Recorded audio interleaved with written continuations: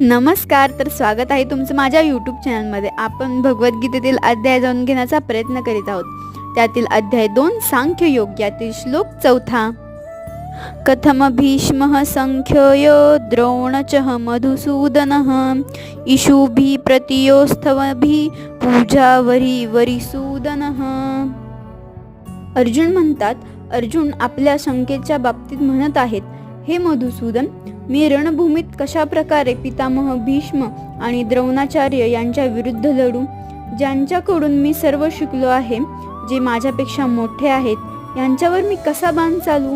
मित्रांनो, इथे आपण ज्यांची पूजा करतो असेच पितामह भीष्म आणि आपले गुरु यांच्यावर बाण कसा चालवायचा. पण युद्धाचे तर हेच काम आहे.